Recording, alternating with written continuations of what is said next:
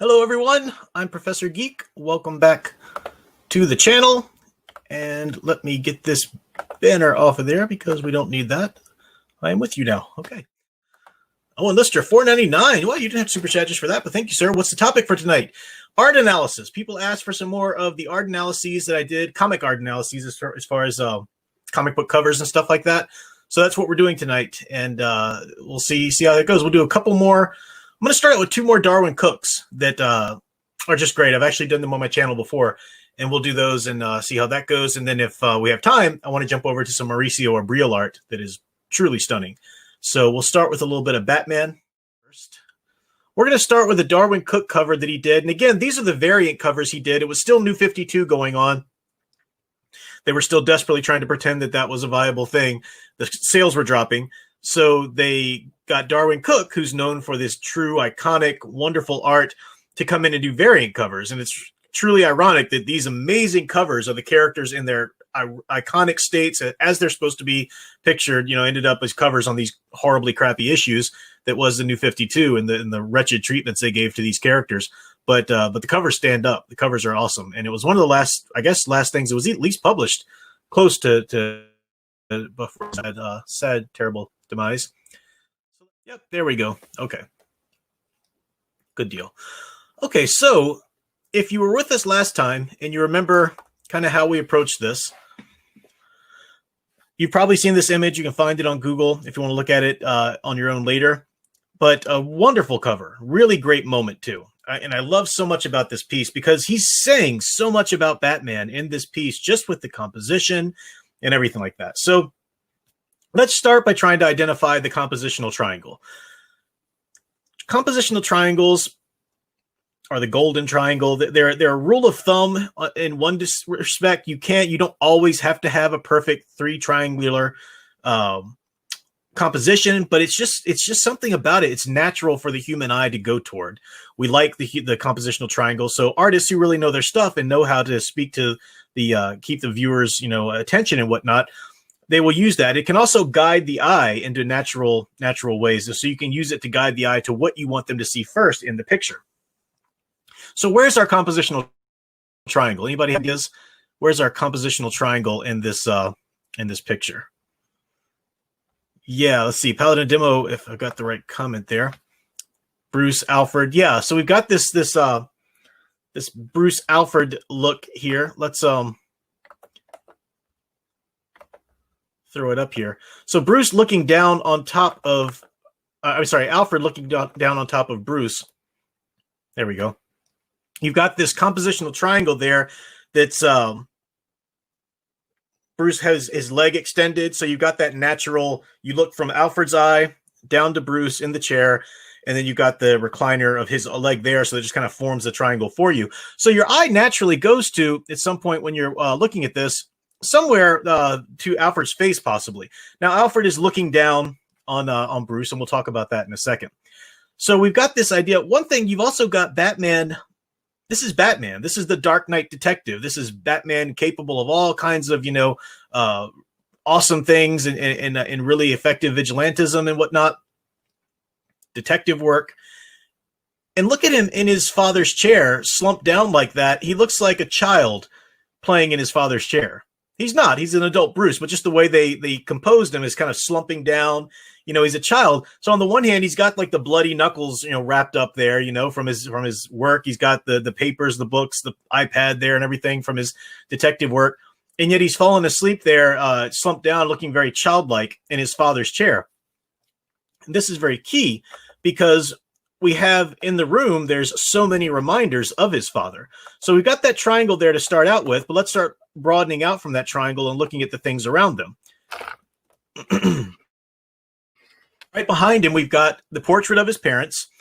There's a little portrait of him as a boy, and I think even those cameos to the right of his portrait are of his parents there as well, perhaps. I mean, might be grandfather or grandmother or something like that. But that portrait of the parents is really important because they're the highest placed visages in this painting. So they are overlooking what's going on from the painting. They're overlooking everything that's going on. Thomas Wayne is all over this room. That's very key. All right. So it's Batman's home, but it's very much his father's home. It's very much his father's study, even. You can get the idea that's his father's chair or something like that. So again, just playing at that idea of the little boy in his father's chair. Now let's say, okay, well, what he's carrying on his own work in his father's office. Well, Bruce didn't become a surgeon like Thomas Wayne. So what is it? How does his work link to his father? What would his father think of his work? Well, we have one more little indication here. If you notice, let me put this here. If you notice, Alfred's face is lined up perfectly on the same parallel as the bust over here behind him. And the bust, if you look at the bust, there's just enough, let me zero in for that.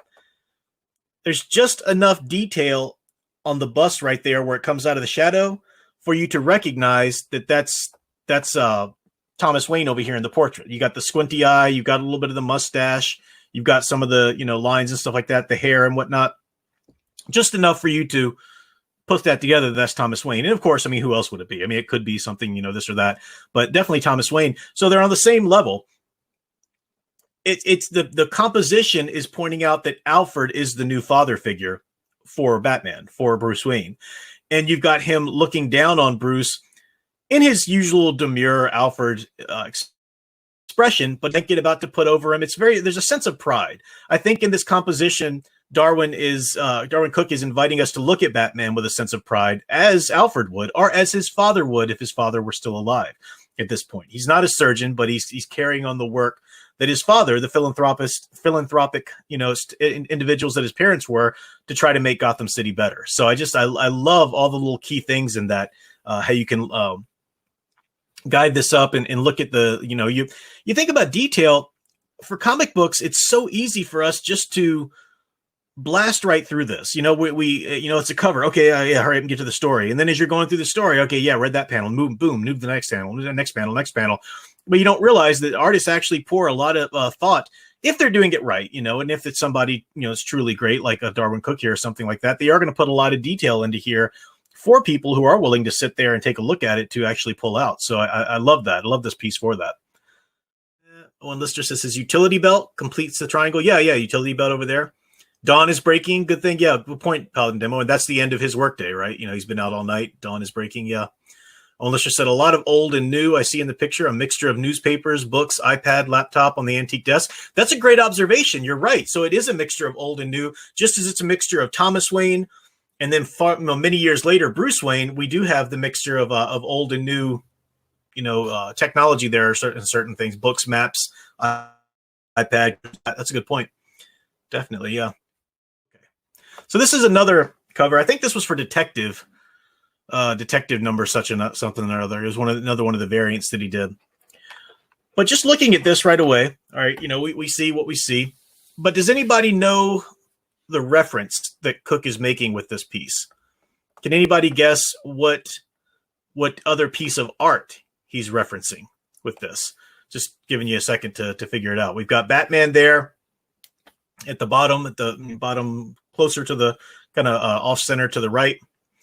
Long Halloween. Yeah, possibly. Yeah. The story Long Halloween. Absolutely. Yeah. Let's see. The style in this piece reminds me of the animated series. You're right. Yeah. Because Darwyn Cooke was very much that kind of, that same wavelength as Bruce Timm in that sense. Definitely. So look up Berserk. Oh yeah. Berserk. I know Matchstick loves his Berserk. Well, let me point it out here. Let me share. Let's see. So the reference he's making in this piece, and I'll come back to it in a second, he's referencing Dante's Gates of Hell.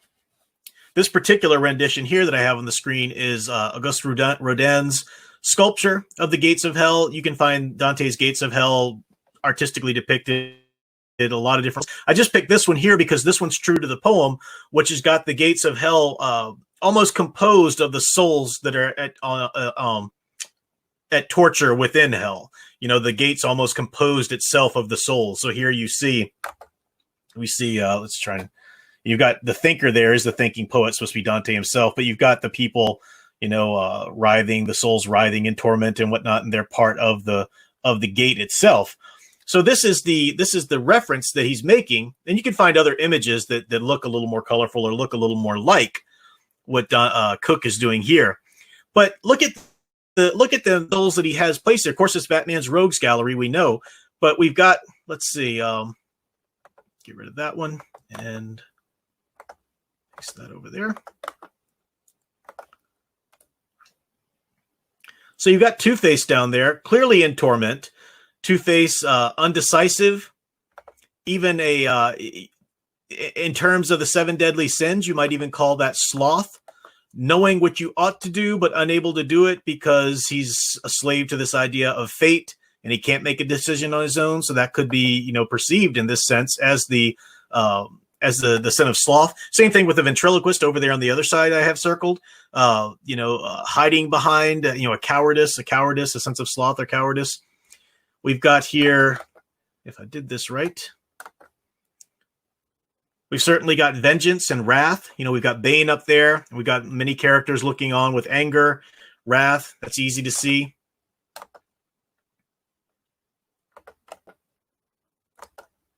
And I'm not going to go through each and every 7 deadly sin because there's a lot of copying and pasting I'm doing here. Tedious. But you've got those who are laughing mad as well. You've got the Riddler. Of course, Riddler is pride. Greed, that pride, rather, narcissist. So pride in that sense, the 7 deadly sin. Bet you can't guess who lust is.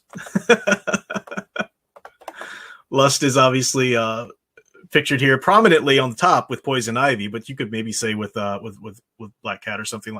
Black Cat, Catwoman or something like that. But Poison Ivy's draped over it, certainly in a lust pose. More than that, you've also got even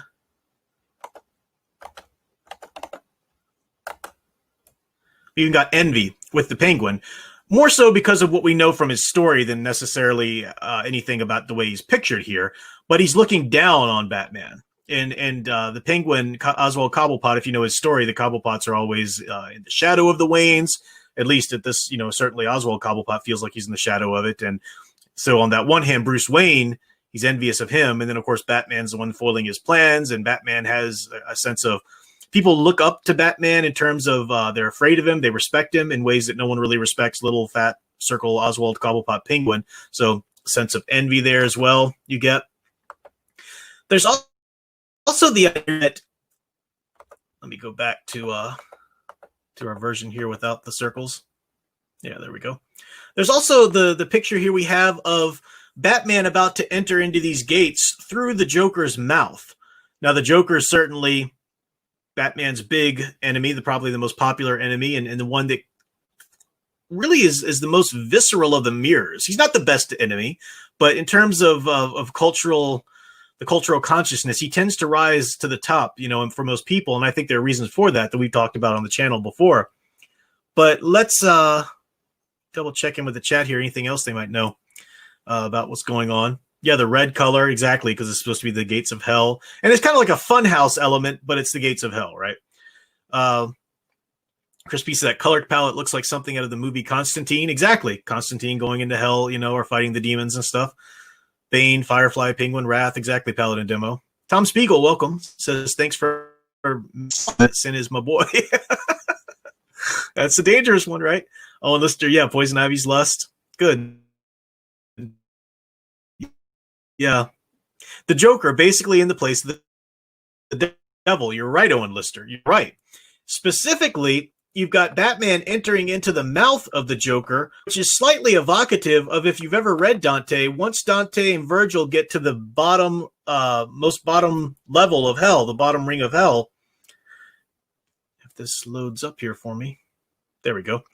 The Satan himself is in the bottom level of hell, and he is devouring the souls. He's eating. That's like the ultimate torment, And this is one of the most low key kind of tamer versions of this I could find. But you can look it up, Satan devouring souls, and there's a lot of artistic depictions of that scene from Dante. And this is just Dante. He's a poet. He's kind of like Italy's Shakespeare in a lot of ways. And he's his poems aren't theologically true necessarily or anything like that, but he's embellishing, he's being a poet, and there are a lot of moral truths in his poetry, which is certainly fun to look at and read. So yeah, the idea. Now, another thing about this is what I like about one more thing about this piece. You can see Gotham City in the background. So like about midway through the composition, you see the cityscape. You see the buildings of it, so that you get the idea that Gotham at nighttime, that is this hell that Batman's entering into. Now, we know he enters Gotham at nighttime so that he can help others, so that he can shed the light and save others, so that nothing so that he doesn't have to, no one else has to suffer the fate that he did as a child, right? That's what he's there to do. So you got that level. You got Batman at the bottom in the flames there, Gotham city line in the middle there. But then at the very top, we have the bats. And Batman himself has taken on the appearance of a bat with his costume, with his name, with all of that. And the bats in this picture, they're soaring above. They're not in torment below. They're soaring above, able to cross back and forth quite easily. And I think that's key to put the bats up at the top. It's not just a cool little Halloween aesthetic touch.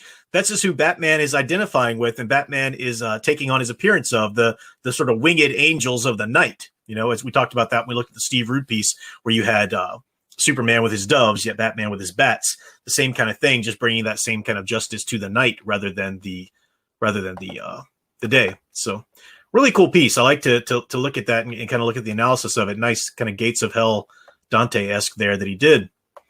Check in with the chat here. Let's see. Gotham is as a would-be purgatory. Yeah, you're right. So Dante wrote Inferno, but he also wrote the Purgatorio, and that is levels of purgatory as well. So yeah, you could look at Gotham as a sort of purgatory. Absolutely. Matchstick says Satan is eating Brutus, Cassius, Judas, and the Divine Comedy is self-insert fan fiction. It is self-insert fan fiction because he wrote himself into it. He wrote Virgil, his favorite poet, showing up and guiding him, and yeah, it is a little bit of that. At the same time, it's a little bit, it is. It's also a little bit of a judgment or maybe a working out of catharsis for Dante, because he has Beatrice, his beloved, who was an unrequited love in real life. But you got and she passed away, and he never stopped loving her. And the idea that she went to the Blessed Mother and arranged for this, had the angel come and tell Virgil to go and take Dante on this trip because of his own soul at risk, or he needs this journey for the sake of his salvation or something like that. So it's really fascinating. If you haven't read Dante, you should definitely check it out. It's good stuff. Okay, but I do want to establish this one more, because Mauricio Abril is I was almost going to say a good friend of mine. He's not necessarily a good friend as a friend would be. I've never met him in person or anything, but he is a good friend, I guess, of my work. He was the first guest that I ever had when I was doing the Iconicast podcast, way before the Iconic Facebook pages it wasn't before the Iconic Facebook pages, but it was long before the YouTube channel began. I was doing this Iconicast podcast, and Big Al was there as a part of that and everything. And Mauricio Abril was the first guest that I did an interview with. Horrible sound quality, but he put up with it as I was learning the ropes. And it was really cool talking to him. He's an amazing artist. I think as you see his art, you'll understand. We're just going to look at one of his pieces tonight, but then we'll look at more of his Superman stuff next week, or the next time I do an art analysis, because it's so good. It really is quite amazing. So this is a piece that he did.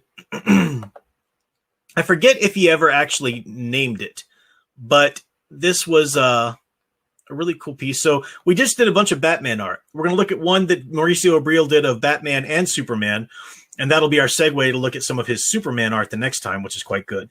So let me let me share the right one. I need a need a staff like Fan Man and have them come in here and help me out with this. Yes, good. I did it right. Okay. All right. So we've got this image of Batman and Superman here, and MauricioAbril.com. You can see all of his art there, which is quite amazing. I definitely recommend you take a look at that. But classic iconic figures in their trunks, as they should be. Where's a triangle first?